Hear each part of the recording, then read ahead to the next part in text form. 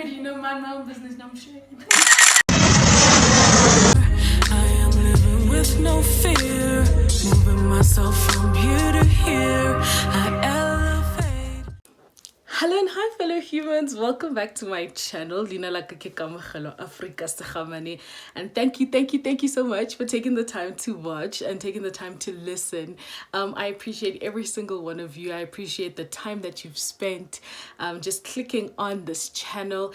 Yeah, I've already introduced myself, but first things first, I'd like to thank our new member for subscribing. Yay! Thank you so much for joining the family of superstars. I appreciate now all 106 of you. Thank you so much. I'm so grateful. And yeah, as you would have seen, today's title, we are talking about your environment and how your environment affects you and what role associations play in your life, right? I think we would have heard this saying that you are the sum total of the 5 people that you spend the most time with. Why is that the case? Why is it important who you spend your time with? Why is it important what environments you're in? Why is it important the people that you speak to, what you hear? And if you've been subscribed or if you have been watching my channel for a while now, then you'll know I place a lot of emphasis on what you hear and what you see. And that's because that's important, right? It really does affect the way you interact with yourself, one, and interact with the world. What do you believe? What are your perspectives on things? And that's all based on your association. A lot of the times when you spend a lot of time with people, you carry their ideals over time. So it really is important what ideas you are spending time listening to, what ideas you're spending time seeing, right? Sometimes you become the sum total of those people, not because they said certain things, but because of the space in which they occupy in your life, number one, the time spent, and also the things that you see them doing. I was once in a relationship a very long time ago where that particular partner of mine had a lot of friends who were they were scandalous. They had a lot of infidelity issues, and at first we had the conversation. I was like, yo, dude, you do realize that you're probably going to start entertaining the options of infidelity because your immediate circle entertains those ideals. And he was like, no, that's not true. But it ended up happening. Why? Because you become the sum total of the people that you spend your most time with, right? It's not something that's a conscious decision. I really think it is your subconscious, because your subconscious operates on repetition of ideas. And because your mind can't differentiate between what's real and what's not, what you hear and what you see really contribute to the ideas that you find acceptable for yourself. And because of that, it really creates the world that you're living in, because you're accepting ideas that you're not even consciously making the decision to accept.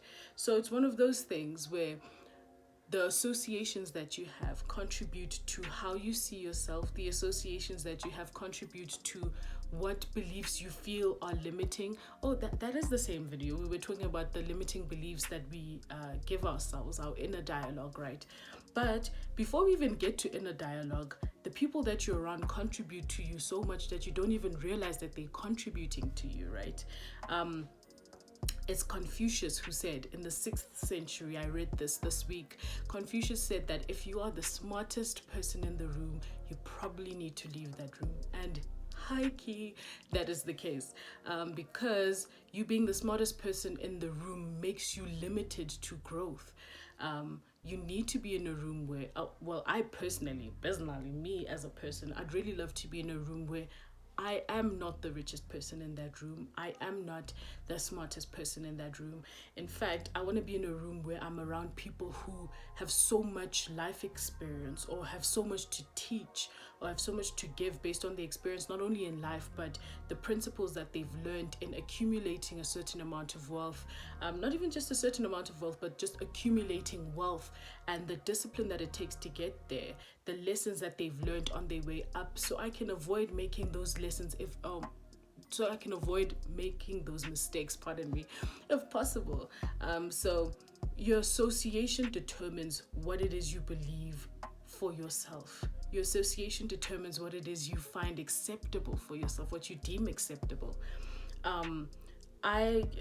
Like I've said, if you've watched a few of my videos before, you would know, like I said in the last video, I think I may be a weird person to be a friend with, I guess, because of my, I don't know, my on and offness.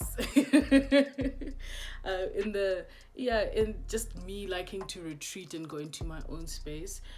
But I really feel like it's a characteristic that I've grown out of, and me trying to develop a character that makes me a really good and reliable and dependable friend to other people.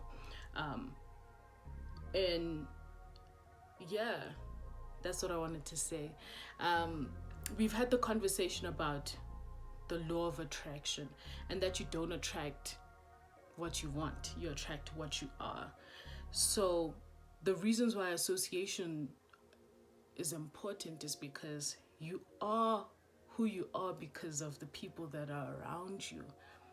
And if that's the case, then what are you attracting in your life that you didn't know was being attracted because of who you are, number one, and who you're around? It's very important to evaluate where you are, who you're around, and whether those people and those environments that you like hanging around contribute or are to the detriment of you moving forward. I really think that if we placed more importance on our growth as people, then we'd start to realize that actually a lot of things don't contribute to our growth that we entertain. And then we need to start having another conversation as to why we entertain those things if they don't contribute to our success, if they don't contribute to our movement. And when I say success or movement, I'm not talking about these huge leaps of improvement, but I'm just talking about the associations that stop you from even moving one step forward.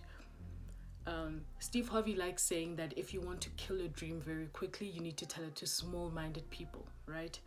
Nobody wants to admit that there are people around them that are probably negative, or that there are people around them that are small-minded in terms of what they've kept your success to be. Because as much as you want to believe it or not, there are people out there who have already kept you to a certain level, and you outgrowing that level, or you telling them about dreams that are beyond where you've or where they've kept you, changes their outlook on you, or they just crush your dream because to them it doesn't make sense. They've put you in this box and your dream is in that box. Do you know what I mean? So it's important who you're around.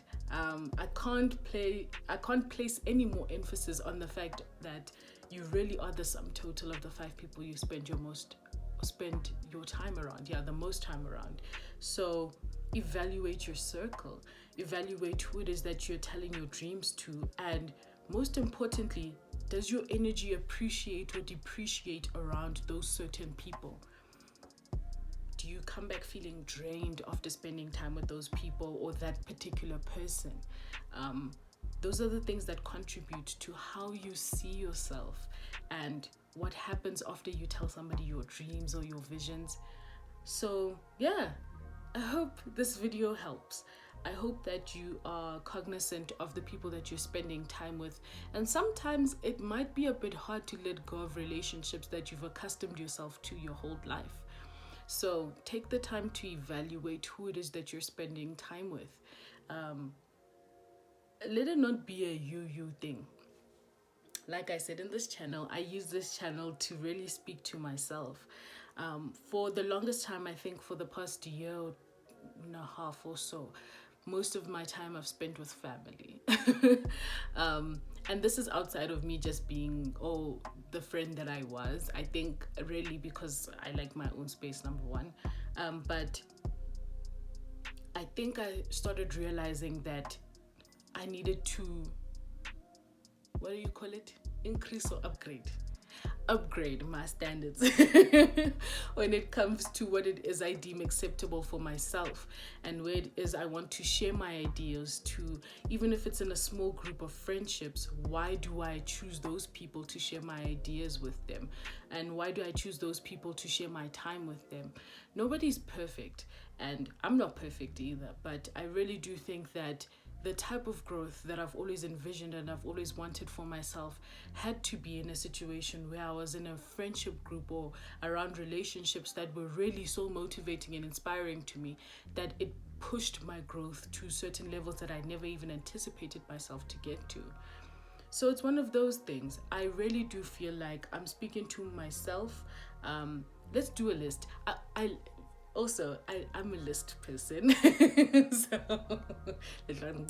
but let's do a list. I have my list somewhat. I did my relationship list, but what I'm seeking in a partner, what I'm seeking in a partnership, right? And what it means for me, and who do I have to become to attract that partnership. But I think in relationships with friends as well and with association, definitely doing a list and evaluating what it is I really want, right? A lot of people say, yeah, you want support in friendships, you want somebody who you can share beautiful moments with, but I'm looking for specifics.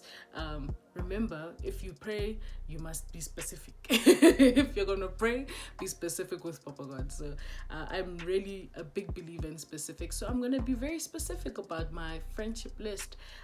Like I said, don't be rigid. You know, you're not gonna get everything on the list. You never know, but nobody's perfect, right? You're building a perfect or ideal circumstance, but I really do think that a majority on those things are really heart-based for me.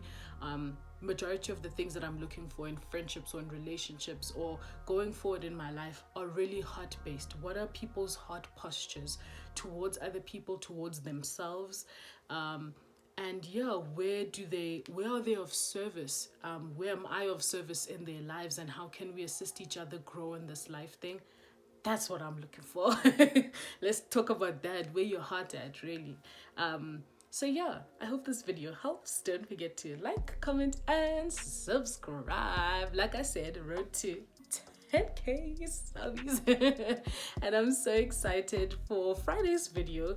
I hope you guys are good. And like I said, if you're not doing good, I hope you find a deep sense of self-awareness and a sense of self-love and a sense of self-appreciation and grace, really, to navigate this life thing with an open heart and open hands, because blessings fall into open hands, right?